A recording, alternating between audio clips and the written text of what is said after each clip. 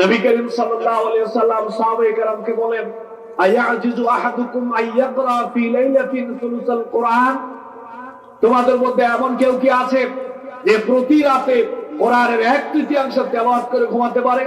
এরকম কেউ আছে নাকি? সাহাবায়ে কেরাম বলেন, ওয়া কাইফা ইয়াকরাউ সুলুসাল কোরআন, হে আল্লাহর রাসূল, এটা কেমনে সম্ভব যে প্রতি রাতে কোরআনের 1/3 তেলাওয়াত করে ঘুমাতে পারবে? এটা সম্ভব নয়। আল্লাহ নবী বললেন, আমার সাহাবীরা শোনো, কোরআনে একটা সূরা আছে কুল হুয়াল্লাহ সূরা, কুল হুয়াল্লাহু আহাদ তা'দিলু সুলুসাল কোরআন। ওই যে সূরা ইখলাস, কুল হুয়াল্লাহ সূরা নামে যে সূরাটা রয়েছে, ওই সূরাটা গোটা কোরআনের 1/3 সমান। সুবহানাল্লাহ। আর কিছু না পারো, কুল হুয়াল্লাহ সূরাটা তেলাওয়াত করে ঘুমাতে যাও, কারণ যারা কুল হুয়াল্লাহ সূরা তেলাওয়াত করে ঘুমাবে, গোটা কোরআনের 1/3 সমান সওয়াব আল্লাহ তাআলা ওদের আমলনামায় দিয়ে দিবেন। সুবহানাল্লাহ। তা'দিলু সুলুসাল কোরআন, এই কুল হুয়াল্লাহ সূরাটা গোটা কোরআনের 1/3 সমান। কেন? এই সূরার মধ্যে আল্লাহ তাআলা আল্লাহর পরিচয়, আল্লাহর একত্ববাদের কথা, আল্লাহর তাওহীদের কথা, আল্লাহর সিফাতকে আল্লাহ তাআলা বর্ণনা করেছে। আমরা এই কুল হুয়াল্লাহ সূরার প্রথম একটি আয়াত নিয়ে আলোচনা করব। আল্লাহ তাআলা বলছেন, হে রাসূল, কুল হুয়াল্লাহু আহাদ, হে রাসূল আপনি বলেন আল্লাহ তাআলা এক ও একক, লা ইলাহা ইল্লাল্লাহ, আল্লাহ ছাড়া সত্য কোনো ইলাহা নাই, আল্লাহ ছাড়া সত্য কোনো মাবুদ নাই। এই কথা কে বলতেছেন? আল্লাহ তাআলা বলতেছেন। হে রাসূল আপনি বলেন আল্লাহ তাআলা এক ও একক, আল্লাহ ছাড়া সত্য কোনো ইলাহা নাই, আল্লাহ ছাড়া সত্য কোনো মাবুদ নেই। আমাদের আল্লাহ কয়জন? বলেন সবাই, আল্লাহ কয়জন? আমাদের আল্লাহ একজন। মানুষ আল্লাহ সুবহানাহু ওয়া তাআলার প্রতি ঈমান আনয়ন করে। আমরা আল্লাহর প্রতি ঈমান আনয়ন করেছি। আল্লাহ তাআলার প্রতি ঈমান আনয়ন করা বলতে কি বোঝানো হয়, এটা আমরা অনেক ক্ষেত্রে জানি না, অনেক ক্ষেত্রে আমরা বুঝি না। এ ব্যাপারে অনেক ক্ষেত্রে আমাদের জানাশোনা নাই, পড়াশোনা নাই। অনেকে লা ইলাহা ইল্লাল্লাহর প্রতি ঈমান রাখি, কিন্তু এই লা ইলাহা ইল্লাল্লাহ বলতে আল্লাহ তাআলা কি বুঝিয়েছেন, আল্লাহর প্রতি ঈমান বলতে, কালেমার প্রতি ঈমান বলতে আল্লাহ তাআলা কি বুঝিয়েছেন, এটা অনেক ক্ষেত্রে আমরা জানি না, জানার চেষ্টাও করি না। আমি সংক্ষিপ্ত পরিসরে এই লা ইলাহা ইল্লাল্লাহর একটা রূপরেখা আপনাদের সামনে তুলে ধরার চেষ্টা করছি।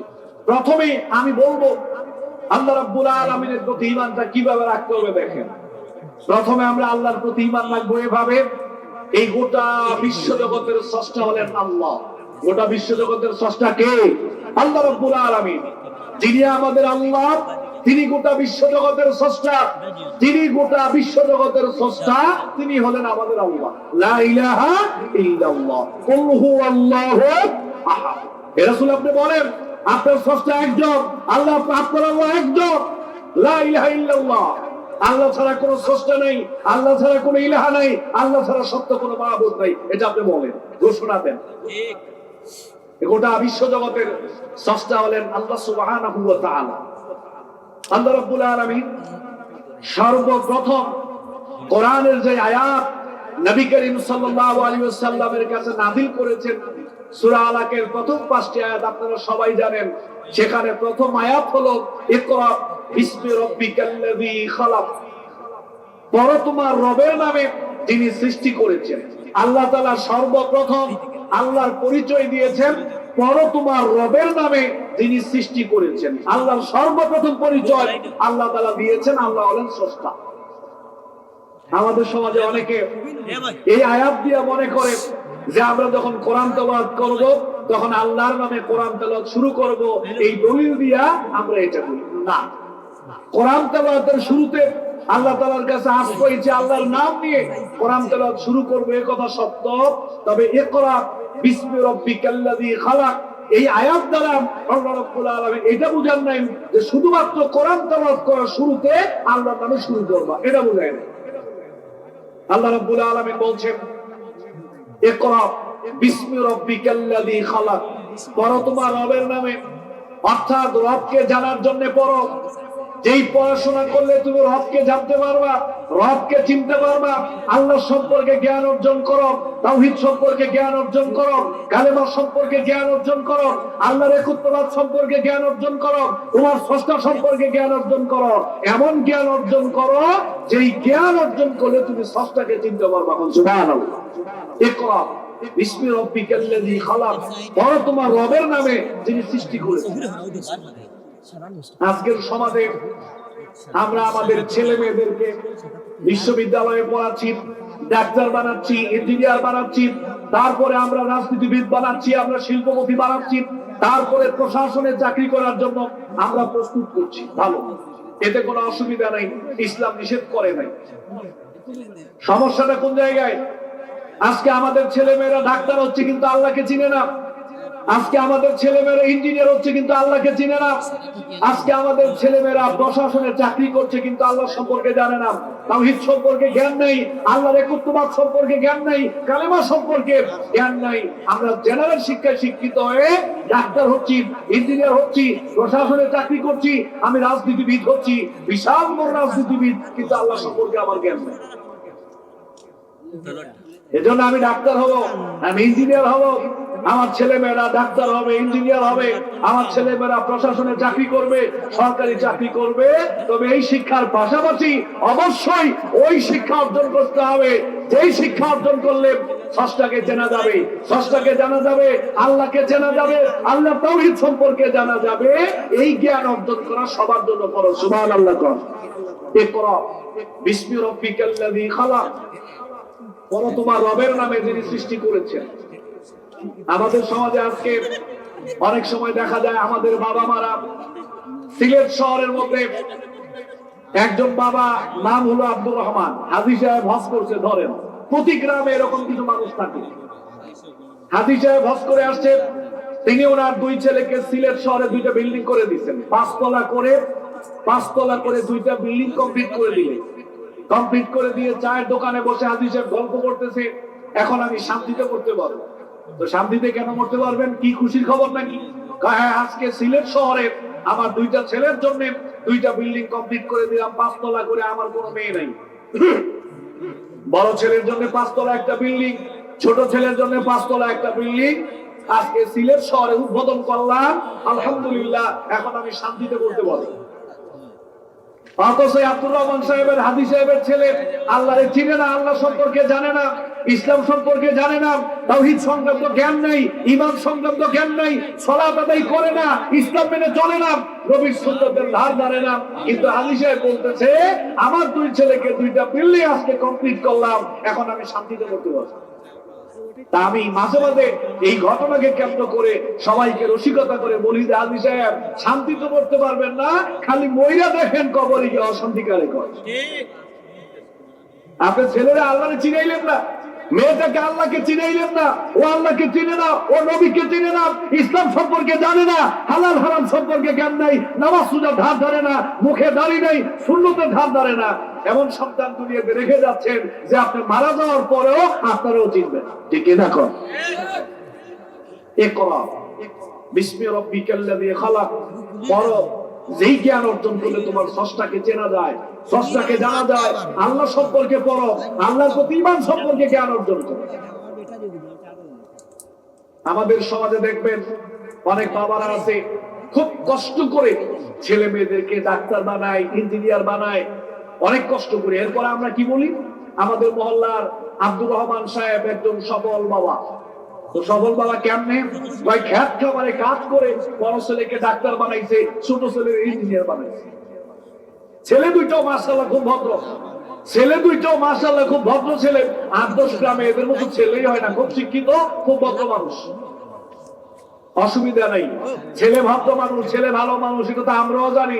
কিন্তু একটা জায়গায় সমস্যা আছে। আব্দুর রহমান সাহেব এত কষ্ট করে ছেলেরা ডাক্তার বানাইলো, বড়টা ইঞ্জিনিয়ার বানাইলো, বড়টা ভদ্র মানুষ কিন্তু আল্লাহরে চিনে না, ছোটটা ভালো মানুষ কিন্তু আল্লাহরে চিনে না।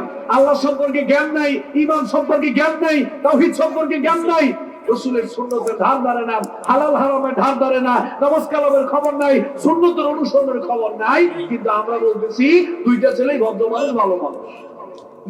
আচ্ছা, যারা আল্লাহকে চিনে না, আল্লাহর প্রতি ঈমান রাখে না, ঈমান কি জিনিস সেটা জানে না, তাওহীদ কি জিনিস সেটা জানে না, হালাল হারামের জ্ঞান রাখে না, যারা সালাত আদায় করে না, যারা সুন্নতের অনুসরণ করে না, এরা ভালো মানুষ কেমন হয়?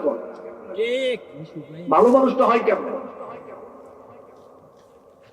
আমার খুব কাছে একেবারে বলতে গেলে আমার বেস্ট ফ্রেন্ড, দুজন 5 ওয়াক্ত সালাত করি, সিয়াম পালন করি, খুব ভালোভাবে চলি, পড়াশোনা করি।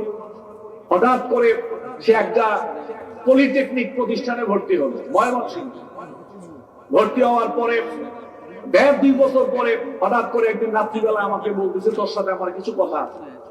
তাই বললাম, কি কথা? আমরা প্রায় সময় রাত্রে বসে বিভিন্ন বিষয় নিয়ে আলোচনা করতাম, ইসলামিক বিষয়, এরপরে গোটা দুনিয়া নিয়ে কম বেশি আমরা আলোচনা করতাম, জানার জন্য, বোঝার জন্য। খুব মেধাবী একটা ছেলে। হঠাৎ করে একদিন আমাকে বলল, তোর সাথে আমার কিছু কথা আছে। আমি বললাম, কি কথা? কয়, রাগ করা যাবে না, আমি জানার জন্য বলতেছি, আমাকে উত্তর দিতে হবে। আমি বললাম, অসুবিধা নেই, বল, আমি চেষ্টা করবো উত্তর দেওয়ার। ও জেনারেল লাইনে পড়াশোনা করে, আমি মাদ্রাসা লাইনে পড়াশোনা করি। সে আমাকে রাত 10টার সময় একদিন বলতেছে, ওই গোটা বিশ্বজগৎ কে বানাইছে? আমি বললাম, গোটা বিশ্বজগৎ আল্লাহ তাআলা বানিয়েছেন। গোটা বিশ্বজগতের স্রষ্টা হলেন আল্লাহ সুবহানাহু ওয়া তাআলা। এক পর্যায়ে সে আমাকে বলতেছে, আচ্ছা, এই গোটা বিশ্বজগৎ যদি আল্লাহ তাআলা বানিয়ে থাকে, আল্লাহ সৃষ্টি করে থাকে, তাহলে আমার ভিতরে প্রায় সময় একটা প্রশ্ন জাগে, আল্লাহ তাআলারে কে বানাইছে? তো নাউজুবিল্লাহ। আমার একান্ত বেস্ট ফ্রেন্ড বলতেছে, আমার সবচেয়ে ক্লোজ ফ্রেন্ড, ও আমাকে জিজ্ঞেস করতেছে, সবকিছু যদি আল্লাহ বানায় থাকেন, তাহলে আমার ভিতরে বারবার প্রশ্ন জাগে, আল্লাহরে কে বানাইছে? নাউজুবিল্লাহি মিন যালিক। আমি প্রথমে খুব রাগ করেছিলাম, পরে বললাম, ঠিক আছে, 1 সপ্তাহ সময় নিলাম। 1 সপ্তাহ পরে গিয়ে আমি এই প্রশ্নের উত্তর দিই। ওই তার প্রশ্নের উত্তরে আমি কি কি বলেছি এটা আপনাদের সামনে তুলে ধরছি। মুসলিম শরীফের মধ্যে একটা হাদিস আসছে, নবী করিম সাল্লাল্লাহু আলাইহি ওয়াসাল্লাম বলেন, মানুষ পারস্পরিক আল্লাহর সৃষ্টি জগৎ নিয়ে আলোচনা করে, কথাবার্তা বলে। মানুষ পারস্পরিক আল্লাহর সৃষ্টি জগৎ নিয়ে আলোচনা করবে, কথাবার্তা বলবে। এই আলোচনা করতে গিয়ে, কথাবার্তা বলতে গিয়ে মানুষ কি বলে শুনেন? হাযা খালাকাল্লাহ, হাযা খালাকাল্লাহ, হাযা খালাকাল্লাহ। এটা আল্লাহ সৃষ্টি করেছে, এটা আল্লাহ সৃষ্টি করেছে, এটা আল্লাহ সৃষ্টি করেছে, এটা আল্লাহ সৃষ্টি করেছে। এক পর্যায়ে শয়তান তাদের ব্রেনে প্রশ্ন ঢেলে দেয়, আমান খালাকাল্লাহ, সব যদি আল্লাহ সৃষ্টি করে থাকে, তাহলে আল্লাহ কে সৃষ্টি করেছে? নাউজুবিল্লাহ। এই কথা আল্লাহ রাসূল বলছেন। আমাদের মনে প্রশ্ন উদয় হতে পারে, যখনই কারো মনে এই প্রশ্ন উদয় হবে যে আল্লাহরে কে বানাইছে, তখনই সাথে সাথে বলতে হবে, আমানতু বিল্লাহ, আমি আল্লাহর প্রতি ঈমান আনয়ন করলাম। এরপরে বলবে, আউযু বিল্লাহি মিনাশ শাইতানির রাজীম, বিতাড়িত মারদুদ শয়তান থেকে আমি আল্লাহর কাছে পানাহ চাই। আমি তাকে উত্তরটা কিভাবে দিলাম শোনেন। আমি আপনাদেরকে জিজ্ঞাসা করি, বাংলাদেশের প্রধানমন্ত্রী কয়জন? কয়জন? বাংলাদেশের প্রধানমন্ত্রী একজন। আমরা সবাই মিলে মাননীয় প্রধানমন্ত্রীর কাছে গিয়ে যদি জিজ্ঞাসা করি, আচ্ছা মাননীয় প্রধানমন্ত্রী, আপনি তো বাংলাদেশের প্রধানমন্ত্রী, বাংলাদেশে আপনার প্রধানমন্ত্রী কি? কি প্রশ্ন করছি? বাংলাদেশে আপনার প্রধানমন্ত্রী কে? এটা মাননীয় প্রধানমন্ত্রীকে জিজ্ঞাসা করলাম, তো উনি আমাদেরকে কি বলবেন? বলবে, বেকুব কোথাকার, একটা দেশের প্রধানমন্ত্রী একজনই হয়, ওই দেশের প্রধানমন্ত্রীর কোন প্রধানমন্ত্রী হয়? গেলাম জো বাইডেন, গিয়ে বললাম যে, ভাই সাহেব, আপনি তো আমেরিকার প্রেসিডেন্ট, আচ্ছা আমেরিকাতে আপনার প্রেসিডেন্ট কি? জো বাইডেন বলবে যে, বেকুব কোথাকার, আমেরিকাতে একজনই প্রেসিডেন্ট, প্রত্যেক রাষ্ট্রে একজনই প্রেসিডেন্ট থাকে, ওই রাষ্ট্রে প্রেসিডেন্টের প্রধানমন্ত্রীর কোন প্রধানমন্ত্রী হয়? এই গোটা বিশ্ব জগৎ মিলে একটা রাষ্ট্র মনে করেন, গোটা বিশ্ব জগৎ মিলে একটা রাষ্ট্র মনে করেন। এই গোটা বিশ্ব জগতের রাষ্ট্রের প্রধান হলেন আল্লাহ সুবহানাহু ওয়া তাআলা। এখন কেউ যদি জিজ্ঞাসা করে যে, আল্লাহ, গোটা বিশ্ব জগতের প্রধান আপনি, প্রশ্ন হচ্ছে আপনার প্রধান কি? তা আল্লাহ কি উত্তর দেবে? ওই যে প্রধানমন্ত্রী যেটা বলে দিচ্ছে, জো বাইডেন যেটা দিচ্ছে, আল্লাহ তাআলা সেম কথা আমাদেরকে বললেন যে, বেকুব কোথাকার, একটা রাষ্ট্রে একজনই প্রধান থাকে, ওই রাষ্ট্রে প্রধানের কোন প্রধান হয়? গোটা বিশ্ব জগতের স্রষ্টা হলেন আল্লাহ সুবহানাহু ওয়া তাআলা, তিনি আমাদের প্রধান। আল্লাহর কোন প্রধান নেই, আল্লাহ নিজেই প্রধান। আল্লাহ রাব্বুল আলামিন কোরআনুল কারীমের প্রত্যেকটা জায়গায়, যেই জায়গায় আল্লাহ তাআলা আল্লাহর পরিচয় নিয়ে কথা বলেছেন, আল্লাহ কোন জায়গায় বলেন নাই যে আমি সৃষ্টি। আল্লাহ নিজের সৃষ্টি কইছে না স্রষ্টা কইছে? কোনটা কইছে? স্রষ্টা বলেছে, সৃষ্টি বলে নাই। যদি আল্লাহ তাআলা বলতেন যে আমি সৃষ্টি, তাহলে প্রশ্ন তো এই সৃষ্টির স্রষ্টা কে? যেহেতু আল্লাহ তাআলা বলছেন আমি স্রষ্টা, অতএব স্রষ্টার কোন স্রষ্টা হয়? দেখেন তো আপনারা, এই যে আমাদের সামনে ক্যামেরাগুলো দাঁড়ানো, এখানে ক্যামেরা দাঁড়ানো, যদি এখন জিজ্ঞাসা করেন এই ক্যামেরাগুলো কে আবিষ্কার করেছে, একজন আবিষ্কার খুঁজে পাওয়া যাবে না? খুঁজে পাওয়া যাবে। জিজ্ঞাসা করে যে মাইক আবিষ্কার কে করছে, একজন খুঁজে পাওয়া যাবে। মাননীয় প্রধানমন্ত্রী গর্ব করে বলবে বাংলাদেশে পদ্মা সেতু আমার আমলে হয়েছে। তারপরে দেশনেত্রী বেগম খালেদা জিয়া, উনি বলবে যে জিয়া আন্তর্জাতিক বিমানবন্দর, বর্তমানে শাহজালাল আন্তর্জাতিক বিমানবন্দর, এটা আমার সময় হয়েছে। মালয়েশিয়ার মাহাথির মোহাম্মদ, ওনার সময়ে মানুষের যে অবস্থা ছিল, উনি বলবে যে মালয়েশিয়া আমার সময় এরকম উন্নতির একটা পর্যায়ে নিয়ে গেছে। প্রত্যেকটা মানুষ যা বানাইছে, যে যার জন্য কাজ করছে, ওর ক্রেডিট নেই, এটা আমি বানাইছি, এটা আমি করছি, এটা আমার আমলে হয়েছে, এটা আমার সময় হয়েছে। কিন্তু কেউ কি আজ পর্যন্ত কইছে যে আসমানটা, এটা আমি যখন সরকার ছিল ওই আমলে আসমানটা হয়েছে, এরকম কইছে কেউ? শুনছেন আপনারা? যে আসমানটা আমার আমলে হয়েছে, 1976 সালে আসমানটা এরকম হয়েছে, কইছে কেউ? কোনোদিন কেউ কি বলছে নাকি হ্যাঁ সূর্যটা এটা আমার আমলে এত সুন্দর হয়েছে, এটা এরকম এরকম? কেউ কি বলছে নাকি চন্দ্রটা আমার আমলে হয়েছে, মাটিটা আমার আমলে হয়েছে, জমিটা আমার আমলে হয়েছে? কেউ বলছে কোনোদিন? কেন বলে না? বলে না কেন বলে? দুনিয়ার সকল কিছুর পিছনে সবাই দাবিদার। এ যা কিছু দেখতে পাচ্ছেন, প্রত্যেকটা বস্তু, প্রত্যেকটা জিনিস কেউ না কেউ বানাইছে, এবং প্রত্যেকটা দাবিদার আছে। কিন্তু আসমানের কোনো দাবিদার নাই, জমিনের কোনো দাবিদার নাই, বাতাসের কোনো দাবিদার নাই। এই যে আমরা মানুষ, কেউ কি বলছে কোনোদিন হ্যাঁ 2000 এত সালে অথবা 1900 এত সালে এই পৃথিবীতে আমি 10 জন মানুষ বানাইছি? কেউ বলছে কোনোদিন? দেখেন, একটু হিসাব করেন, মানুষকে বানাইছে, কেউ দাবি করে নাই। কিন্তু আল্লাহ বলতেছে যেই যেই সৃষ্টির পিছনে কেউ দাবি করে নাই, সরাসরি আপনি ওইদিকে ফিরে যান। আল্লাহ বলছে আসমান আমি বানাইছি, মানুষ আমি বানাইছি, জমিন আমি বানাইছি, চন্দ্র আমি বানাইছি, সূর্য আমি বানাইছি, বাতাস আমি আল্লাহর, অক্সিজেন আমি আল্লাহর, পানি আমি আল্লাহর। দেখেন আল্লাহ তাআলা দাবি করতেছে এগুলো আমি বানাইছি। সবকিছু যেহেতু মানুষ বানাইছে, তৈরি করছে, আবিষ্কার করছে, এই পৃথিবীতে এমন অজস্র জিনিস আছে যেগুলোর মধ্যে মানুষের কোনো হাত নাই, সরাসরি ওইগুলা কেউ না কেউ বানাইছে। যিনি বানাইছে তিনি কে? কথা কোন কেউ? যিনি বানাইছেন তিনি আল্লাহ তাআলা, তিনি আল্লাহ তাআলা। উত্তর দিলাম, বুঝাইলাম এভাবে। এরপরে আরেকটা উদাহরণ দিলাম। আপনারা প্যারাডক্সিক্যাল সাদিদ নামে একটা বই আছে, আরিফ আজাদ ভাই বিশ্ববিদ্যালয়ে পড়াশোনা করেছেন, জেনারেল শিক্ষায় শিক্ষিত, তবে গবেষণা অনেক ভালো। তিনি একটা বই লিখেছেন, প্রথম পর্বে, প্রথম খণ্ডে এই কথাগুলো আছে। আমি আমার বন্ধুকে ওই প্রশ্নের জবাব দেওয়ার জন্য আমি আমার ভাইস প্রিন্সিপাল হুজুরের কাছে গেলাম, গিয়ে বললাম যে হুজুর, আমার বন্ধু আমাকে এই প্রশ্ন করেছে। ও বলতেছে আল্লাহ বলে কিছু নাই, ও বলতেছে দেয়ার ইজ নো গড, আনসিং ইজ নাথিং, নানান দলিল সূত্র দিয়া আমারে বোঝানোর চেষ্টা করছে আল্লাহ বলতে নাকি কিছু নাই। নাউজুবিল্লাহ। তা আমি বললাম হুজুর, আমি ওর উত্তরটা কেমনে দিব, আমার একটু কম। উনি আমাকে উত্তর শিখিয়ে দিলেন। আমার ভাইস প্রিন্সিপাল হুজুর আমাকে চমৎকার একটা উত্তর শিখিয়ে দিলেন। হয় তুমি গিয়া প্রথমে একটা গল্প বলবা, গল্পটা এরকম, শোনেন আপনারা, কথা শুনতেছেন তো আপনারা? গল্পটা এরকম, এক নাস্তিক শিক্ষক বিশ্ববিদ্যালয়ের ক্লাসে ঢুকলো। বিশ্ববিদ্যালয়ের ক্লাসে ঢুকে মুসলিম ছাত্রছাত্রীদেরকে বললো, দেখো তোমরা যে আল্লাহ তাআলার কথা বলো, সে আল্লাহ তাআলাকে তো দেখা যায় না, ধরা যায় না, ছোঁয়া যায় না। অতএব বিজ্ঞান বলে যা দেখা যায় না তা বিশ্বাস করা যায় না।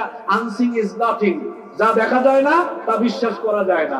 অতএব যেহেতু আল্লাহ তাআলাকে আমি দেখি না, আমি আল্লাহ তাআলাকে বিশ্বাস করি না। নাউজুবিল্লাহি মিন যালিক।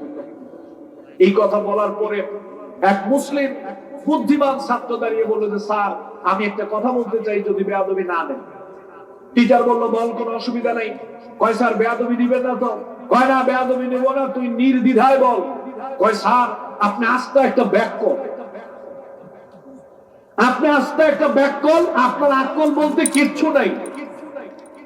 টিচার তো মেজাজ খুব খারাপ, ছাত্র শিক্ষককে বেয়াদব বললো, টিচার রেগে গিয়ে বললো বেটা বেয়াদব কোথাকার।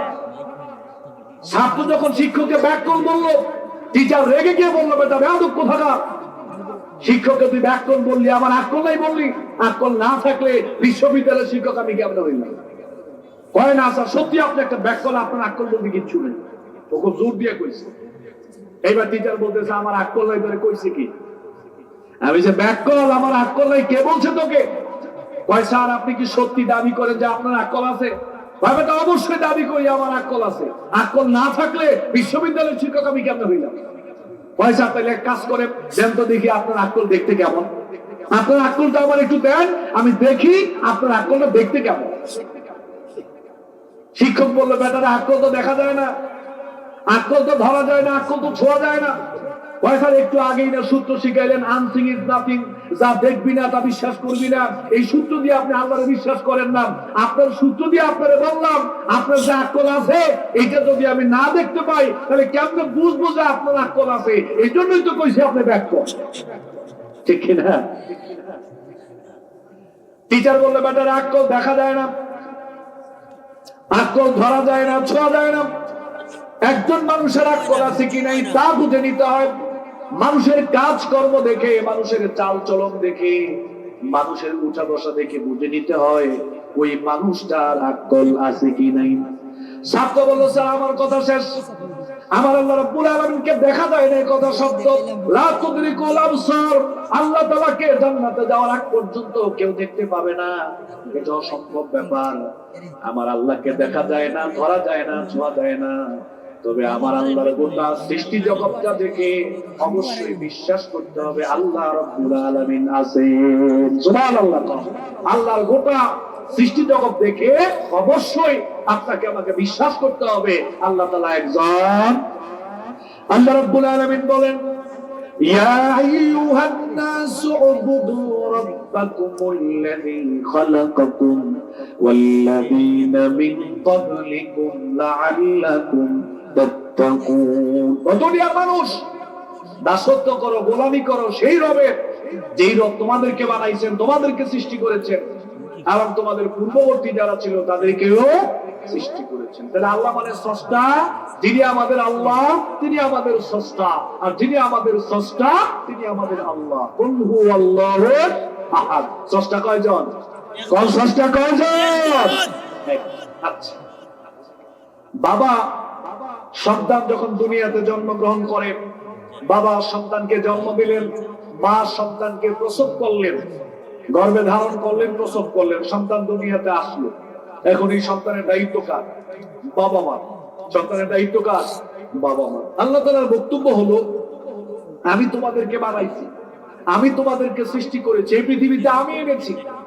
দুনিয়াতে তোমাদেরকে এনে আমি আল্লাহ তাআলা তোমাদেরকে ছেড়ে দেই নাই, বরং তোমাদের দায় দায়িত্ব, তোমাদের রিজিকের দায়িত্বটা আমি আল্লাহ রাব্বুল আলামিন আমার দায়িত্বে রেখে দিয়েছি।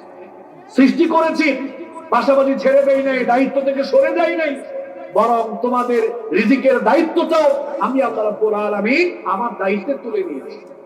তাহলে কুল হু আল্লাহু আহাদ, হে রাসূল আপনি বলেন আল্লাহ তাআলা একজন। এর আরেকটা অর্থ হবে হে রাসূল আপনি বলেন যে রিজিক দাতা কয়জন? কোন রিজিক দাতা কয়জন? একজন। যিনি রিজিক দাতা তিনি আমাদের আল্লাহ, আর যিনি আমাদের আল্লাহ তিনি আমাদের রিজিক দাতা। লা ইলাহা ইল্লাল্লাহ। আল্লাহ ছাড়া আমাদেরকে আর কেউ রিজিকের ব্যবস্থা করার ক্ষমতা রাখে? এই জন্য রিজিক দাতা হলেন আল্লাহ তাআলা। আল্লাহ রাব্বুল আলামিন বলেন ওয়ামা মিন দাব্বাতিন ফিল আরদি ইল্লা আলাল্লাহি রিজকুহা। জমিনে এমন কোন বিচরণশীল প্রাণী নেই, হাজার হাজার প্রজাতির প্রাণী রয়েছে। আমাদের সমাজে একটা কথা প্রচলিত আছে 18,000 মাখলুকাত আল্লাহ বানাইছেন। এই কথা সত্য নয়, কোরআন হাদিসের কোথাও নাই আল্লাহ তাআলা 18,000 মাখলুকাত বানাইছেন।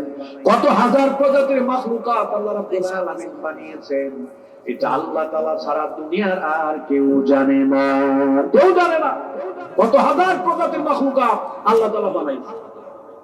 আল্লাহ রাব্বুল আলামিন দুনিয়াতে যত মাখলুকাত সৃষ্টি করেছেন, প্রাণী জগৎ সৃষ্টি করেছেন, আল্লাহ রাব্বুল আলামিনের বক্তব্য হলো প্রতিটা মুহূর্তে, সেকেন্ডে, কিয়ামত পর্যন্ত যত রিজিকের প্রয়োজন হবে, খাবার দাবারের প্রয়োজন হবে, তোমাদের সমস্ত রিজিকের দায়িত্বটা আমি আল্লাহ রাব্বুল আলামিন আমার কাঁধে তুলে নিয়েছি। সুবহানাল্লাহ। আল্লাহ তাআলা সৃষ্টি করেছেন, আমার রিজিকের দায়িত্বটা আল্লাহ রাব্বুল আলামিন আল্লাহর দায়িত্বে রেখে দিয়েছেন, উঠিয়ে নিয়েছেন। দেখেন আমাদের সমাজের মানুষ আল্লাহ তাআলা রিজিক দাতা এটা সবাই বিশ্বাস করে, রিজিক দাতা আল্লাহ এটা সবাই বিশ্বাস করে, ঈমানও রাখে, কিন্তু আবার এই ঈমানের পাশাপাশি আবার বেঈমানিও করে। কেমনে বেঈমানি করে দেখেন। এক বেচারা, এটা বোঝানোর জন্য বলতেছি, উদাহরণস্বরূপ, ঘটে নাই। এক বেচারা মসজিদে বসে খুব কান্নাকাটি করতেছে, আল্লাহর কাছে দোয়া করতেছে, কান্নাকাটি করতেছে।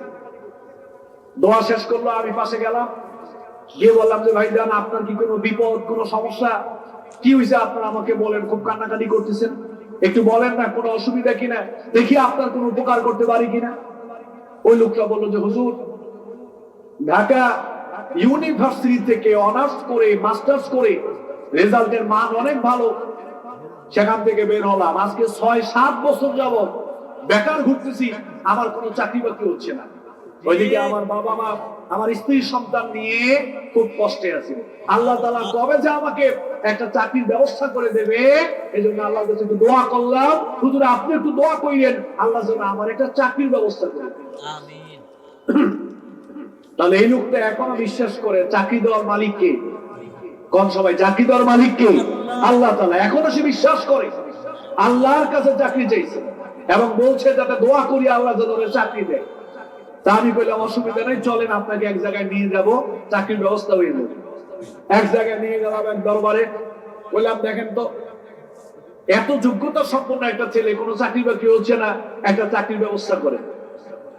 তিনি উপর থেকে একটা লাল সুতা বাইর করলেন, অথবা একটা হলুদ সুতা বাইর করলেন, অথবা একটা তাবিজ বাইর করলেন, অথবা একটা পাথর আংটি বের করলেন, অথবা একটা অষ্টধাতুর আংটি বের করলেন।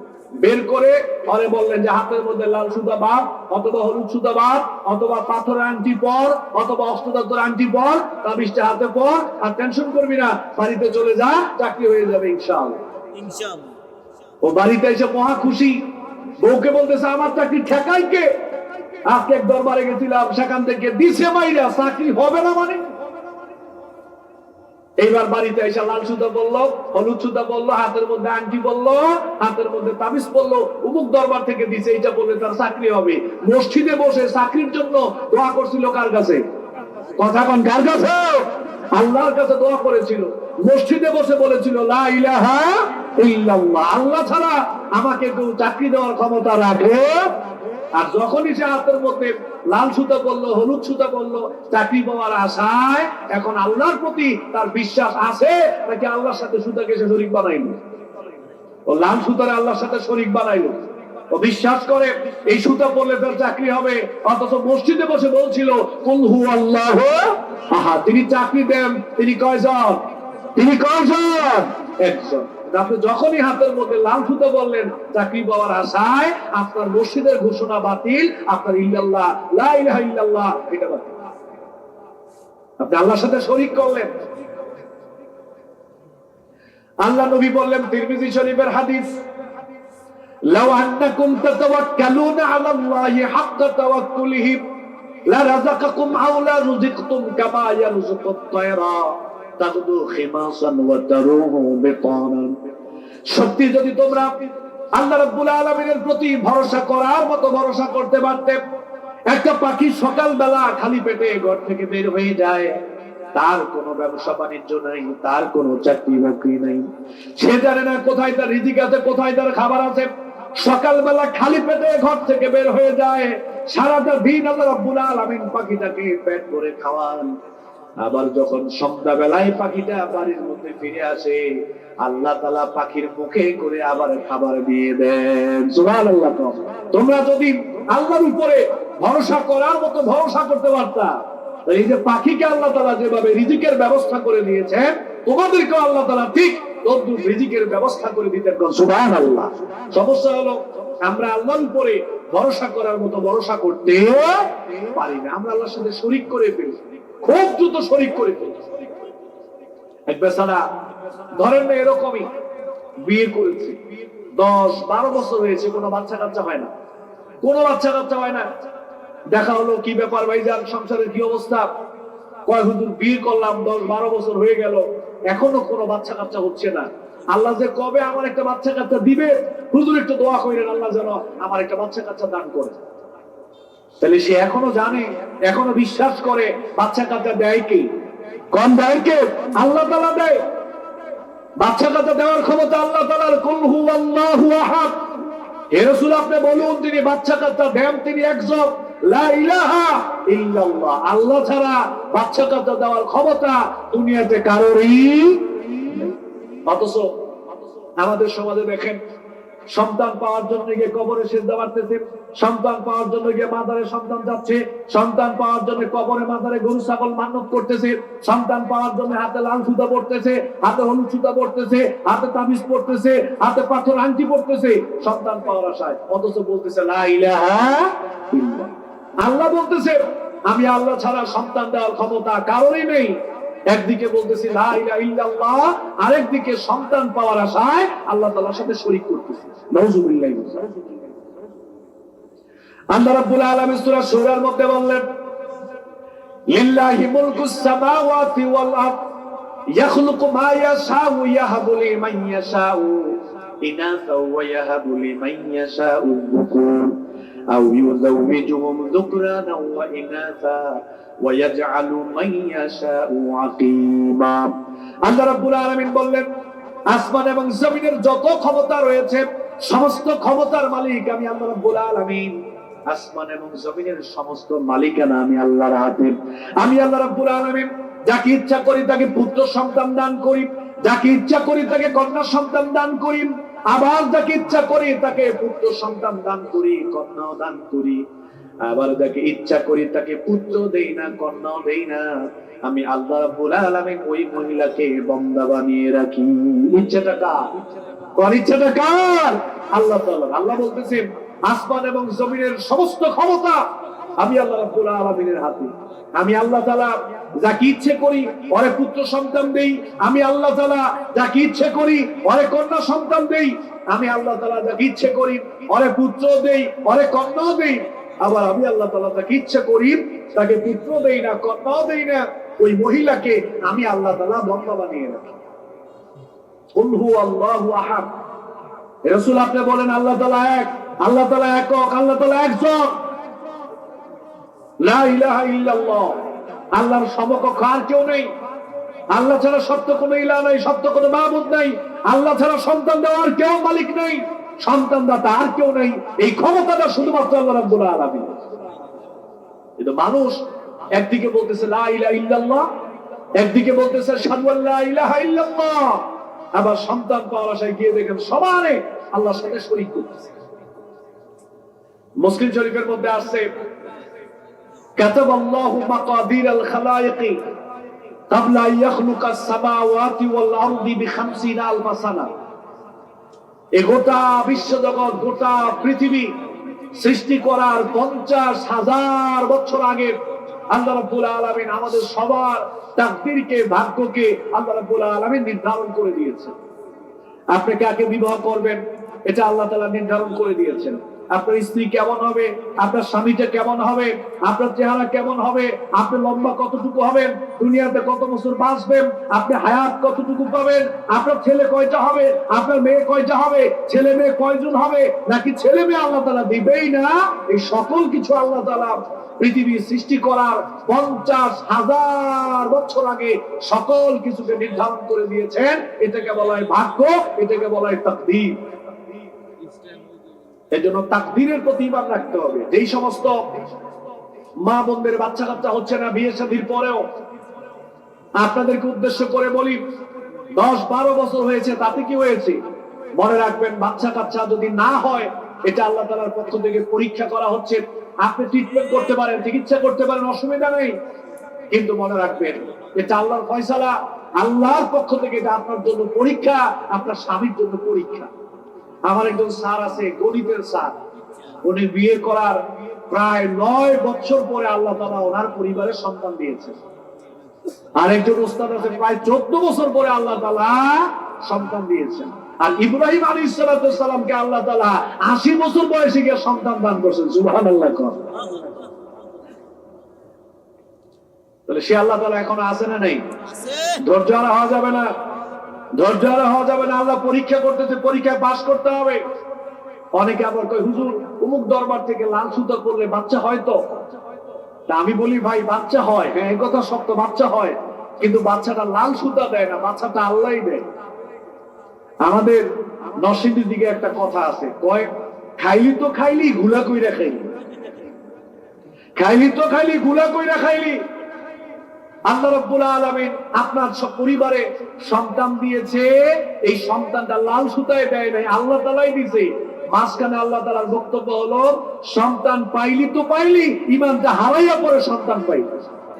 সন্তান আমি আল্লাহই দিছি, মাঝখানে তুই ঈমানটা হারাইলি, ঈমানটা বিক্রি করলি লাল সুতার কাছে, ঈমানটা রেখে আসলি হলুদ সুতার কাছে, ঈমানটা রেখে আসলি কবরে, ঈমানটা রেখে আসলি মৃত ব্যক্তির কাছে, ঈমানটা রেখে আসলি পাথর আংটির কাছে। সন্তান আমি আল্লাহই দিছি, কিন্তু ঈমানটা হারাইয়া এরপরে সন্তানটা পাইলি আর কি, পরীক্ষায় ফেল।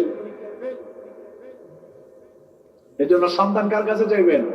আল্লাহর কাছে চাইবেন। লা ইলাহা ইল্লাল্লাহ, আল্লাহ ছাড়া সন্তান দেওয়ার ক্ষমতা দুনিয়াতে আর কারোরই নাই। দেখবেন আমাদের সমাজে এরকম অনেক মানুষ আছে বিদেশ যেতে পারে না, 5-10 বছর যাবত টাকা দেয় আর খালি মাইর খায়, খালি মাইর খায়।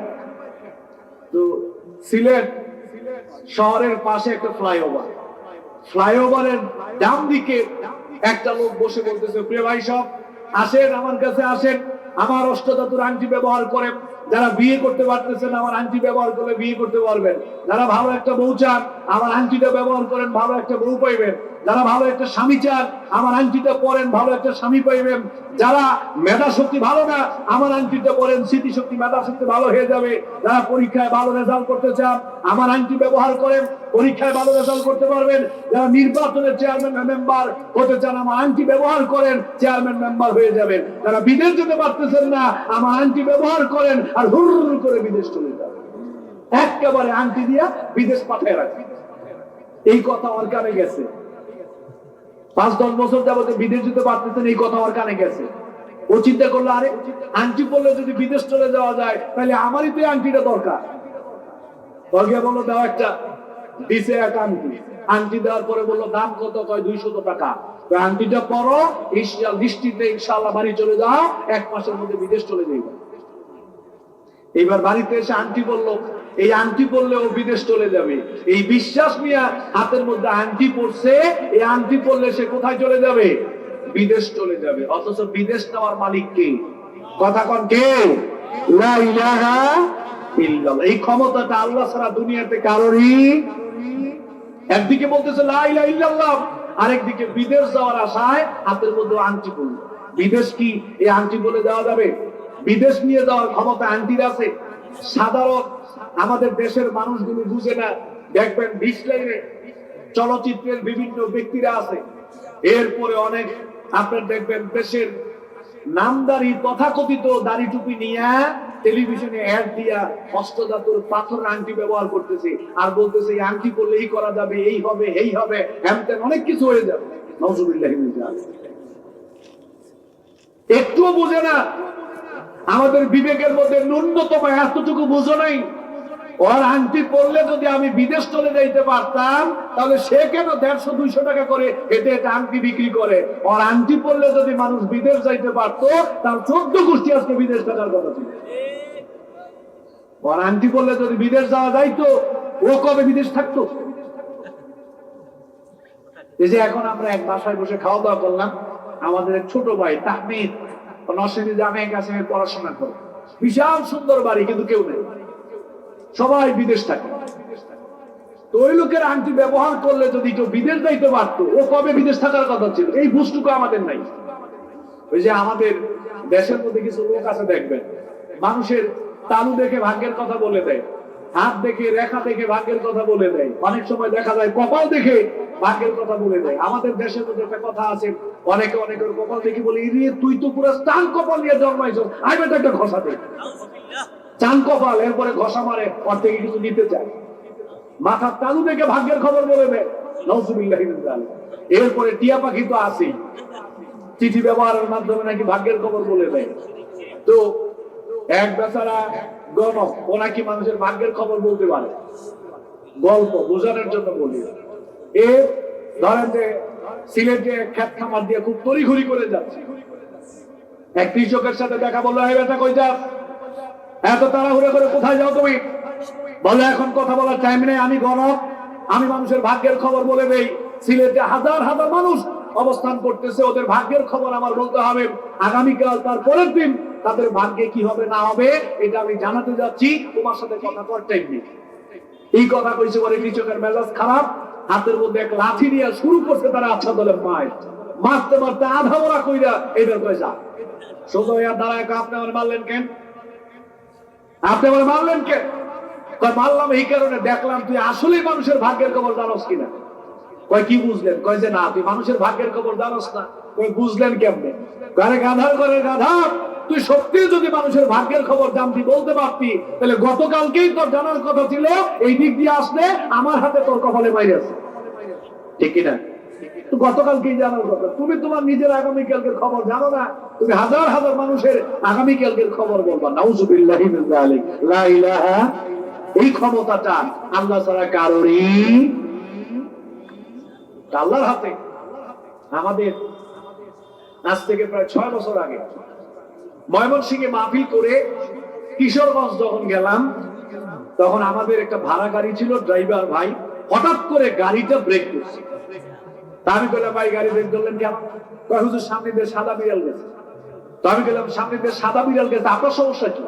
কয় হুজুর আপনি জানেন না, সামনে দিয়ে যদি সাদা বিড়াল যায় তাহলে বুঝতে হবে যে সামনে বিপদ আছে, এটা বিপদ সংকেত। বিড়াল সামনে দিয়ে গিয়া বুঝাইছে যে সামনে বিপদ আছে। আমি বললাম এখন কি করতে হইব? কয় পিছনে নিয়ে যদি আবার সামনে দেই তাহলে বিপদ থাকলেও চলে যাবে। আমি বললাম বাহ, দারুণ সিস্টেম তো, তাহলে তো আল্লাহর দরকারই নেই। বিড়াল সামনে দিয়ে গেলে যদি বোঝা যায় বিপদ আছে, আর গাড়ি পিছনে নিয়ে যদি সামনের দিকে নিলে বিপদ চলে যায়, আল্লাহর দরকার আছে? নাউযুবিল্লাহ। আমাদের সমাজে আরো কত ধরনের এরকম কুসংস্কার কুসংস্কৃতি চলে। স্বামী বললো যে বিবি আমার এক গ্লাস পানি দাও, অফিসে যাবে একেবারে রেডি, শুধু দরজা থেকে বের হবে, এক গ্লাস পানি যেই স্ত্রী দিতে গেল, স্বামী ধরতে গেছে, হাত থেকে গ্লাসটা পরে ভেঙে গেছে। মহিলার এবার বলতেছে ইন্না লিল্লাহ, আমার তো ভয় হচ্ছে, আপনি আজকে অফিসে যাবেন না, নিশ্চিত কোনো বিপদ আপদ হইতে পারে, নিশ্চিত কোনো ধরনের সমস্যা হইতে পারে, আজকে আপনি অফিসে যাবেন না, না হলে এই টাইমে গ্লাস ভাঙিবেন। এই টাইমে হাত থেকে গ্লাস পড়ছে কেন? এটা বলে বিপদ সংকেত। এটা কি সংকেত? এটা বলে বিপদ সংকেত। নাউযুবিল্লাহি মিন যালিক। ওয়া ইয়ামসাসকাল্লাহু বিদুররিন ফালা কাশিফা লাহু। আল্লাহ তাআলা বলছে রাসূল, আল্লাহ যদি আপনাকে কোনো অকল্যাণে ফেলতে চান, এই অকল্যাণ থেকে বাঁচানোর ক্ষমতা দুনিয়াতে কারোরই। আবার আল্লাহ যদি আপনার কোনো কল্যাণ করতে চান, অকল্যাণ করার ক্ষমতা দুনিয়াতে কারোরই নেই। লা ইলাহা ইল্লাল্লাহ। কালেমাটাকে এভাবে জানতে হবে, কালেমাটাকে আমাদের এভাবে জানতে হবে। আমি এভাবে করে একটা পয়েন্ট আপনাদের সামনে রাখলাম, একটা দৃষ্টান্ত দিয়ে বুঝাইলাম যে কিভাবে করে কালেমাকে জানতে হবে, বুঝতে হবে। এবার একটু আপনারা আমার দিকে তাকান। আপনারা আবু জাহেলের নাম শুনছেন না? শুনছেন কিনা? আবু জাহেল প্রথম প্রশ্নে 10 মার্ক পাইলেন। এই যে এক প্রথম প্রশ্ন করলাম, উত্তর দিয়েছেন, উত্তর সঠিক, 10 মার্ক পাইছেন। এবার আসেন আবু জাহেলকে আমরা একটু জিজ্ঞাসা করি। আবু জাহেল তো কাফের ছিল, মুশরিক ছিল, ও চিরস্থায়ী জাহান্নামী। আবু জাহেলকে আমরা জিজ্ঞেস করি। আল্লাহ তাআলা বললেন ওয়ালা ইন সালতাহুম মান খালাকাহুম। আবু জাহেল, তুমি তো 307টা মূর্তির পূজা করো, আচ্ছা বলো তো তোমাদেরকে কে বানাইছে? মূর্তি বানাইছে না আল্লাহ বানাইছে? আবু জাহেল উত্তর দিল, আমরা 307টা মূর্তির পূজা করি, এ কথা সত্য, তবে আমাদেরকে বানাইছেন আল্লাহ। সুবহানাল্লাহ। তাহলে আমাদের উত্তরের সাথে আবু জাহেলের উত্তরের মিল আছে না নাই? তাহলে আমরা 10 মার্ক পাইলাম, আবু জাহেল 10 মার্ক পাইলো, প্রথম প্রশ্নে সমান সমান। দ্বিতীয় প্রশ্ন আবার আপনাদেরকে করি, আসমান জমিন কে বানাইছে? আল্লাহ বানাইছে। এবার আমরা আবু জাহেলকে প্রশ্ন করি যে কি সে কি উত্তর দেয়? কোরআন বলতেছে ওয়ালা ইন সালতাহুম মান খালাকাস সামাওয়াতি ওয়াল আরদ। আবু জাহেল, তুমি তো 307টা মূর্তির পূজা করো, আচ্ছা আসমান জমিন কে বানাইছে বলো? আবু জাহেল উত্তর দিল, আমরা 307টা মূর্তির পূজা করি, এ কথা সত্য, তবে আসমান জমিন আল্লাহ বানাইছে। সুবহানাল্লাহ।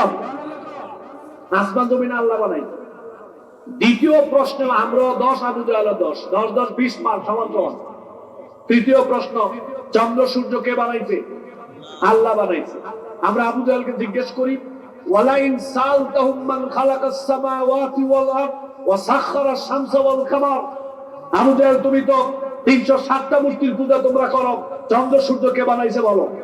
আবু জাহলরা বলল আসমান জমিন চন্দ্র সূর্য এগুলো মূর্তিরা বানায় নাই, আমরা মূর্তি পূজা করি এ কথা সত্য, তবে আসমান জমিন চন্দ্র সূর্য এই সব কিছু আল্লাহ বানাইছে। সুবহানাল্লাহ। 3 নাম্বার প্রশ্ন আমরা সমান সমান 10 মার্ক করে 30 সমান সমান হলো। চতুর্থ প্রশ্ন, আসমান থেকে বৃষ্টি কে দেয়? কোন কে দেয়? জমিন থেকে ফসল কে দেয়? আল্লাহ তাআলা দেয়। ওয়ালা ইন সালতাহুম মান নাযালা মিনাস সামাই মান ফাহিয়া বিহিল আরদা মিন বাদি মাউতিহা।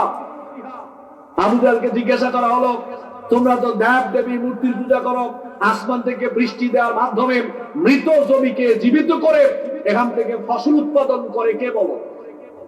কাফের মুশরিকরা উত্তর দিল, আমরা দেব দেবীর মূর্তির পূজা করি এ কথা সত্য, তবে আসমান থেকে বৃষ্টিটা আল্লাহ তাআলা দেন, জমিন থেকে ফসলটা আল্লাহ তাআলা দেন। সুবহানাল্লাহ। 4টা প্রশ্ন করলাম, উত্তর সমান সমান, আমরাও 40, কাফের মুশরিকরাও 40। শেষ প্রশ্ন, এই যে আমাদের চোখ দিয়ে দেখতে পাচ্ছি, এই চোখকে দিছে কোন? কোনকে দিছে? এই যে কান দিয়ে শুনতে পাই দিছে কে? হাত দিছে কে? পা দিছে কে? আল্লাহ রাব্বুল আলামিন। 10 পাইছে। এবার আবু জাহলকে জিজ্ঞেস করি, কুল মাইয়ারযুকুকুম মিনাস সামাই ওয়াল আরদি আম্মাই ইয়ামলিকুস সামআ ওয়াল আবসার। হে রাসূল, আপনি কাফের মুশরিকদেরকে জিজ্ঞাসা করেন ওদের দৃষ্টি শক্তির মালিককে, কর্ণ শক্তির মালিককে একটু জিজ্ঞাসা করেন, দেখবেন তারা জবাব দিবেন ফাসায়াকুলুন আল্লাহ, এই সমস্ত কিছুর মালিক হলেন আল্লাহ। সুবহানাল্লাহ। আবু জাহলের উত্তর, কাফের মুশরিকরা বলেছে আমরা দেব দেবী 307টা মূর্তির পূজা করি এ কথা সত্য, তবে আমাদের কর্ণ শক্তি দৃষ্টি শক্তি এগুলো আমাদের মূর্তিরা আমাদেরকে দেয় নাই, বরং এগুলো আল্লাহ তাআলা দিয়েছেন। সুবহানাল্লাহ। 5টা প্রশ্ন করলাম, এই 5টি প্রশ্নে আপনাদেরকে আমি যে প্রশ্ন করলাম যে উত্তর আপনারা দিচ্ছেন, সেম এই প্রশ্ন আল্লাহ তাআলা কাফের মুশরিকদেরকে করছে, আবু জাহলদেরকে করছে, ঠিক তারাও এই উত্তরটাই দিয়েছে।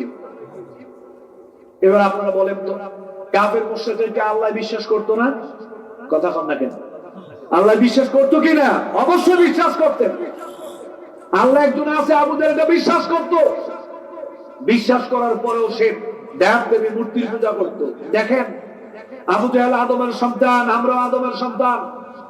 আবু জাহল আল্লাহর সৃষ্টি, আমরাও আল্লাহর সৃষ্টি। আবু জাহল মানুষ, আমরাও মানুষ। আল্লাহ তাআলা সবার জন্য জান্নাত জাহান্নাম বানাইছেন। ওরা জাহান্নামে যাবে, আমরা জান্নাতে যাব। আসলে এতটা পার্থক্য কেন? সবাই তো একই বাপের সন্তান, একই মায়ের সন্তান। আল্লাহর প্রতি বিশ্বাস থাকার পরও আবু জাহল কাফের মুশরিকরা, ওরা কেন কাফের, ওরা কেন মুশরিক, ওরা কেন জাহান্নামে যাবে? 1 নাম্বার কারণ, ওরা মুশরিক হওয়ার 1 নাম্বার কারণ, জাহান্নামে যাওয়ার 1 নাম্বার কারণ, ওরা আল্লাহ বিশ্বাস করার পরেও ওরা আবার আল্লাহর সাথে 307টা মূর্তিকে শরীক করত। ওদের দেব দেবী লাত মানাত উজ্জা এগুলোকে তারা আবার আল্লাহর সাথে শরীক করত। ওরা বিভিন্ন মূর্তির কাছে গিয়ে প্রার্থনা করত, কোন মূর্তির কাছে গিয়ে সুস্থতা চাইতো, অসুস্থ হলে গিয়ে সেখানে সুস্থতার জন্য দোয়া করত, কোন মূর্তির কাছে গিয়ে সন্তান চাইতো, কোন মূর্তির কাছে গিয়ে ব্যবসায় বরকত চাইতো, কোন মূর্তির কাছে গিয়ে বৃষ্টির জন্য প্রার্থনা করত, কোন মূর্তির কাছে গিয়ে ভালো একটা বউ চাইতো। বিভিন্ন মূর্তির কাছে গিয়ে বিভিন্ন প্রার্থনা করার মাধ্যমে আল্লাহর সাথে তারা শরীক করত। এবার একটু আমাদেরকে আপনারা তাকান তো ভাই, সবাই তাকান। আবু জাহলের সাথে আমাদের অনেক মিল আছে। আবু জাহল বিভিন্ন প্রার্থনা করার জন্য আল্লাহ বিশ্বাস করার পরও তাদের বিভিন্ন চাওয়া পাওয়া তারা মূর্তির কাছে গিয়ে পেশ করত। আজকের যুগে এদেশে হাজার হাজার মানুষ আছে যারা আবু জাহলের মতো আমরা আল্লাহকে বিশ্বাস করার পরেও গিয়া আমরা আমাদের প্রার্থনার জন্য মৃত ব্যক্তির কাছে গিয়ে প্রার্থনা করি, কবরের কাছে গিয়ে প্রার্থনা করি, লাল সুতার কাছে প্রার্থনা করি, বাবার কাছে গিয়ে প্রার্থনা করি, হলুদ সুতার কাছে প্রার্থনা করি, বিভিন্ন দরবারে গিয়ে প্রার্থনা করি। আছে না নাই? কোন আছে না নাই? যেই বিশ্বাস নিয়ে আবু জাহল দেব দেবী মূর্তির কাছে যাইতো, সেম একই বিশ্বাস নিয়ে আজকে আমরা কবরের কাছে যাই, একই বিশ্বাস নিয়ে আজকে আমরা মূর্তির কাছে যাই, একই বিশ্বাস নিয়ে আজকে আমরা দেব দেবীর কাছে না গেলেও মৃত ব্যক্তির কাছে যাই। তাইলে এই বিশ্বাসের কারণে আবু জাহল যদি মুশরিক হয়, আমরাও যদি এই বিশ্বাস নিয়ে মৃত ব্যক্তির কাছে গিয়ে সন্তান চাই, রিজিকে বরকত চাই, ব্যবসায় বরকত চাই, নির্বাচনে জিততে চাই, আবু জাহল যদি মুশরিক হয়, তা আমরাও কি? আপনারা কোন? আমরাও কি? মানুষ মুশরিক হয় কেন? বিশ্বাসের কারণে। বিশ্বাসের কারণে ইমানদার হয়, আবার বিশ্বাসের কারণে শিরিক করার মাধ্যমে মুশরিক হয়। আমাদের দেশে বহু মানুষ বলতেছে লা ইলাহা ইল্লাল্লাহ, আবার শিরিকও করতেছে। আছে না নাই? কোন আছে না নাই? এই দেশের মধ্যে বহু মানুষ আছে, দেখবেন নামাজ রোজা করে না। অনেক মানুষ আছে নামাজ রোজা করে না। যদি জিজ্ঞাসা করা হয় ভাই বা নামাজ রোজা করেন না কেন, কয় আমগো নামাজ রোজা লাগে না, আমগো দায়িত্ব একজন নিয়ে নিছি। নামাজ রোজা লাগে না, ওদের বাবায় ওদের দায়িত্ব নিয়ে নিছে, জান্নাতের পরকালে পার করে দিবে। নাউজুবিল্লাহ কোন। এরকম লোক আল্লাহর দুনিয়ায় আছে, হাজার হাজার মানুষ আছে। আল্লাহ তাআলা বলছেন ওয়াবুদু রাব্বাকা হাত্তা ইয়াতিয়াকাল ইয়াকিন, মৃত্যু আসার আগ পর্যন্ত আল্লাহ তাআলার ইবাদত করো। সুবহানাল্লাহ কোন। মৃত্যু আসার আগ পর্যন্ত আল্লাহর ইবাদত করো। দেখেন তো পরকালের অবস্থাটা যদি এরকম হয়, এই দুনিয়াতে সন্তানের জন্য বাবা মা সবচেয়ে বেশি কষ্ট করে। বিচারের মাঠের অবস্থাটা কত ভয়ানক হবে ভালো করে বুঝে। যারা নামাজ রোজা ছেড়ে দিয়েছে আরেকজনের উপরে জান্নাতের দায়িত্ব দিয়া ওদেরকে বোঝানোর জন্য কথাটা বলি। বিচারের মাঠে যদি সন্তানরা গিয়ে যদি আপনাকে বলে বাবা দুনিয়াতে কত কষ্ট আমার জন্য করলাম, আজকে তোমার সন্তান একটা নেকির জন্য আমি জান্নাতে যেতে পারছি না, বাবা তোমার থেকে আধা নেকি আমারে দাও। মাকে গিয়ে বললে যে মা 10 মাস 10 দিন গর্ভে খাওয়ালাম, 2-2.5 বছর দুধ পান করাইলা, কত কষ্ট করে প্রসব করলাম, আজকে তোমার সন্তান একটা নেকির কারণে জান্নাতে যেতে পারছি না, বাবা তোমার থেকে আধা নেকি দাও, মা তোমার থেকে আধা নেকি দাও, দুইজনে মিলে তোমার সন্তানকে তোমাদের সন্তানকে একটা নেকি দাও, আমি জান্নাতে চলে যাই। আমার প্রিয় ভাইয়েরা, আমি আল্লাহর কসম করে বলি, আল্লাহর কোরআন প্রমাণ করে, বিচারের মাঠে বাবা মা সন্তানকে একটা নেকি দিতেও রাজি হবে না। একটা নেকি দিতেও রাজি হবে। বাবা সন্তান থেকে পলায়ন করবে, সন্তান বাবা থেকে পলায়ন করবে, স্বামী স্ত্রী থেকে পলায়ন করবে, স্ত্রী স্বামীকে রেখে পলায়ন করবে, বাবা মা সন্তানকে রেখে পলায়ন করবে, সন্তানরা বাবা মাকে রেখে পলায়ন করবে, পীরেরা মুরিদদেরকে রেখে পলায়ন করবে, মুরিদরা পীরদেরকে রেখে পলায়ন করবে, নেতারা কর্মীদেরকে রেখে পলায়ন করবে, কর্মীরা নেতাদেরকে রেখে পলায়ন করবে, বক্তারা শ্রোতা রেখে পলায়ন করবে, শ্রোতারা বক্তা রেখে পলায়ন করবে, ইমাম মুসল্লি রেখে পলায়ন করবে, মুসল্লিরা ইমাম রেখে পলায়ন করবে। পরকালীন জীবনের অবস্থাটা এত ভয়ানক হবে, এত কঠিন হবে, পরকালীন জীবনে কোন মানুষ কোন মানুষের উপকারে আসবে না, কেউ কারো উপকার করতে পারবে না, সবাই শুধু ইয়া নাফসি করবে। আর আপনি নামাজ রোজা ছেড়ে দিয়া জান্নাতের দায়িত্ব আরেকজনের কাছে দিয়ে বসে রয়েছেন। আল্লাহ রাব্বুল আলামিন কোরআনে উল্লেখ করলেন ওয়াল্লাযীনা ইত্তাখাযু মিন দুনিহি আউলিয়া মা না'বুদুহুম ইল্লা লিয়ুকাররিবুনা ইলাল্লাহি যুলফা। কাফের মুশরিক যারা, তারা দেব-দেবী মূর্তিদের পূজার ব্যাপারে তারা বলতো, আল্লাহ রাব্বুল আলামিন বলেন তারা আল্লাহকে বাদ দিয়া দেব-দেবীদেরকে তারা রবের আসনে বসাইছে। তাদের বক্তব্য হলো আল্লাহ একজন আছে, এটা আমরা ভালো করে স্বীকার করি, আল্লাহ একজন আছে এটা আমরা বিশ্বাস করি, তবে আমরা তো দেব-দেবীর পূজা করি। দেব-দেবীর পূজা করার কারণ হলো আমরা বিশ্বাস করি এই দেব-দেবীর মূর্তিগুলো আমাদেরকে আল্লাহর নিকটবর্তী করে দেবে। নাউজুবিল্লাহ। ওরা আল্লাহকে পাওয়ার জন্য আল্লাহ এবং তাদের মধ্যে দেব-দেবীর মূর্তিগুলোর ওরা মাধ্যম বানাইছে, মাধ্যম বানাইয়া ওরা মূর্তি পূজা দেব-দেবীর পূজা করেছে, শিরিক করেছে। এজন্য ওরা আল্লাহ বিশ্বাস করার পরে ওরা মুশরিক। আজকে আমরাও যারা শুধু মুখে মুখে বলি লা ইলাহা ইল্লাল্লাহ, আল্লাহ ছাড়া সত্য কোনো ইলাহা নাই, কুল হুয়াল্লাহু আহাদ, আল্লাহ তাআলা এক, পাশাপাশি আবার আল্লাহর সাথে শরীক করতেছি। খবরদার, আল্লাহর সাথে শরীক করলে কালেমা টিকে না, কালেমা থাকে না, শাহাদাতের ঘোষণা থাকে না, মুসলমানিত্ব থাকে না। শিরিক করলে ওই মানুষটা ইসলাম থেকে বের হয়ে যায়, আর কালেমা বাতিল হয়ে যায়। আরেকটা কারণ, আবু জাহেল, উতবা, সাইবা, মুগীরা, কাফেরদের বড় বড় লিডার যারা, ওরা আল্লাহ বিশ্বাস করত, কিন্তু ওরা আল্লাহর গোলামীকে স্বীকার করে নাই, আল্লাহর একত্ববাদকে তারা স্বীকার করে নাই। আবু জাহেল ভালো করে জানতো মুহাম্মদ সাল্লাল্লাহু আলাইহি ওয়াসাল্লাম যে দাওয়াত দিচ্ছে, এই দাওয়াত যদি আবু জাহেল সহ কাফের মুশরিক যারা, ওরা যদি এই দাওয়াত মেনে নেয়, দেশের জনগণ যদি এই দাওয়াত মেনে নেয়, তাহলে আবু জাহেলকে জনগণের প্রভু মানে, তখন আবু জাহেলকে তারা আর প্রভু মানবে না। আবু জাহেলের কথা শুনবে না, আবু জাহেলের আইন কানুন মানবে না, এটা ওরা ভালো করে জানতো। এই জন্য আবু জাহেল বলছে, খবরদার, আসমান আল্লাহ বানাইছে, জমিন আল্লাহ বানাইছে, আমগরে আল্লাহ বানাইছে, চন্দ্র আল্লাহ বানাইছে, সূর্য আল্লাহ বানাইছে, বৃষ্টি আল্লাহ দেয়, বাতাস আল্লাহ, সবকিছু আল্লাহ, ঠিক আছে, তবে দেশের ভিতরে, রাষ্ট্রের ভিতরে আমি আবু জাহেলের আইন চলবে, আল্লাহর আইন চলবে না, আল্লাহর গোলামি চলবে না, আমি আবু জাহেলের গোলামি করতে হবে, আমার কথাই দেশের জনগণ চলবে। আল্লাহ রাব্বুল আলামিন বলেন, আলা লাহুল খালকু ওয়াল আমরু তাবারাকাল্লাহু রাব্বুল আলামিন। সৃষ্টি যেহেতু আমি আল্লাহ করেছি, অতএব আমি আল্লাহ তাআলার গোলামি তোমাদের সবাইকেই করতে হবে। গোটা দুনিয়ার মানুষকে এককভাবে কার গোলামি করতে হবে? আল্লাহর গোলামি করতে হবে, আল্লাহর দাসত্ব করতে হবে। কিভাবে দেখেন, আল্লাহ রাব্বুল আলামিনকে কিভাবে মানতে হবে, আল্লাহর প্রতি ঈমানটা কিভাবে রাখতে হবে, আল্লাহর গোলামিটা কিভাবে করতে হবে, ভালো করে বুঝেন। আমি বলছি, আমার দিকে তাকান। বর্তমান সময়ে আমাদের সবচাইতে বড় সমস্যা হচ্ছে আমাদের অন্তরে। এই বিশ্বাসের জায়গাটায় ক্যান্সার হয়ে গেছে। আমাদের বিশ্বাসের জায়গাটায়, ঈমানের জায়গাটায়, আমাদের আকীদার জায়গাটায়, আমাদের চিন্তার জায়গাটায়, আমাদের দর্শনের জায়গাটায় ক্যান্সার হয়ে গেছে। ক্যান্সার কি? ক্যান্সার হলো শিরক, শিরকে চিন্তা, শিরকে দর্শন, শিরকে বিশ্বাস, শিরকে আকীদা, শিরকে আদর্শ। আজকে দেখেন দেশের বহু মানুষ ইসলামী আদর্শ বাদ দিয়া শিরকি আদর্শ লালন পালন করে, ইসলামী চেতনা বাদ দিয়া শিরকি চেতনা লালন পালন করে, ইসলামী দর্শন বাদ দিয়া শিরকি দর্শন লালন পালন করে। এরকম মুসলমান আছে না নাই? কথা কোন আছে না নাই? ভরপুর দেশের ভিতর। এই জন্য আমাদের অন্তরে ক্যান্সার, এক বেচারার ক্যান্সার হয়েছে, পাশাপাশি গ্যাস্ট্রিকেরও সমস্যা, ডায়াবেটিসেরও সমস্যা।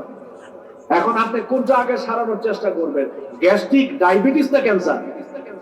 আপনি চিন্তা করবেন তার ক্যান্সারটা কিভাবে দূর করা যায়। কারণ ক্যান্সার যদি ভালো না হয়, ও ডায়াবেটিস ভালো করে লাভ নাই, ওর গ্যাস্ট্রিক ভালো করে লাভ নাই। আমরা অনেকে আছি খালি নামাজ, খালি রোজা, খালি হজ, খালি যাকাত। অবশ্যই অবশ্যই এগুলো গুরুত্বপূর্ণ, কিন্তু সর্বপ্রথম আমাদের অন্তরের ক্যান্সারকে আগে দূর করতে হবে। একটু আমার দিকে তাকান তো ভাই, আমার দিকে তাকান। মদ খাওয়া হালাল না হারাম? কোন হালাল না হারাম? মদ খাওয়া যে হারাম, এটা জানার জন্য পড়াশোনার দরকার নেই। 6 বছরের বাচ্চাও জানে মদ খাওয়া হারাম, এটার জন্য পড়াশোনার দরকার হয় না। চুরি করা হালাল না হারাম? চুরি করা হারাম, এটা জানার জন্য পড়াশোনার দরকার নেই। 6 বছরের বাচ্চাও বুঝে জানে চুরি করা হারাম। জেনা করা হারাম, এইটার জন্য পড়াশোনার দরকার হয় না। ছোট ছোট ছেলে মেয়েরাও জানে জেনা করা হারাম। সুদ খাওয়া হারাম, এটার জন্য পড়াশোনার দরকার হয় না। ছোট ছোট ছেলে মেয়েরাও জানে সুদ খাওয়া হারাম। ঘুষ খাওয়া হারাম, পড়াশোনার দরকার হয় না। ছোট ছোট ছেলে মেয়েরাও জানে ঘুষ খাওয়া হারাম। তবে কোনটা শিরক, কোনটা ঈমান, কোনটা কুফরি, কোনটা তাওহীদ, কোনটা নেফাকি, এগুলো জানার জন্য পৃষ্ঠার পৃষ্ঠা পড়াশোনা করতে হবে। পড়াশোনা ছাড়া ঈমান সম্পর্কে জানতে পারবেন না। আল্লাহর তাওহীদ সম্পর্কে জানতে হলে পড়াশোনা করতে হবে, আল্লাহর ঈমান সম্পর্কে জানতে হলে পড়াশোনা করতে হবে, শিরক সম্পর্কে জানতে হবে, নেফাক সম্পর্কে জানতে হবে, কুফরি সম্পর্কে জানতে হবে, নবীর রিসালাতের উপরে পড়াশোনা করতে হবে, হালাল হারাম সম্পর্কে পড়াশোনা করতে হবে। ইসলামের মৌলিক বিষয়গুলো সম্পর্কে আপনাকে আমাকে হাজার হাজার পৃষ্ঠা পড়াশোনা করে জানতে হবে ঈমান কি জিনিস। এটা হুট করে জানতে পারবেন না। আমাদের সমাজের মানুষ মনে করে যে বাহ, ঈমান আছে, আল্লাহ একজন, আল্লাহ একজন, আল্লাহ একজন কি আর আল্লাহ একজন, শেষ। এরপরে সমানে শিরক করতেছে, সমানে কুফরি করতেছে, সমানে নেফাকি করতেছে। একদিকে বলতেছে আল্লাহ একজন, লা ইলাহা ইল্লাল্লাহ, আর একদিকে কালেমার বিপরীত কাজ করতেছে। এজন্য আমরা আমাদের জায়গায় থেকে কালেমা সম্পর্কে জানবো, কালেমা সম্পর্কে বিস্তারিত জেনে আল্লাহর প্রতি ঈমান, রাসূলের প্রতি ঈমান, তাওহীদ সংক্রান্ত ভালো করে পড়াশোনা করে ঈমানটাকে মজবুত করে ক্যান্সার মুক্ত করে আমরা আমাদের ঈমানকে বিশুদ্ধ করার মাধ্যমে লা ইলাহা ইল্লাল্লাহর দাবি অনুযায়ী জীবন গঠন করার চেষ্টা করব। আল্লাহ তাআলা সেই তৌফিক দান করুন, আমরা বলি আমিন। সবাইকে ধন্যবাদ, মোবারকবাদ জানিয়ে আমরা আমাদের সংক্ষিপ্ত পরিসরের বক্তব্য এখানে শেষ করছি। সুবহানাকাল্লাহুম্মা ওয়া বিহামদিকা আশহাদু আন লা ইলাহা ইল্লা আনতা আস্তাগফিরুকা ওয়া আতুবু ইলাইক। আসসালামু আলাইকুম ওয়া রাহমাতুল্লাহি ওয়া বারাকাতুহু।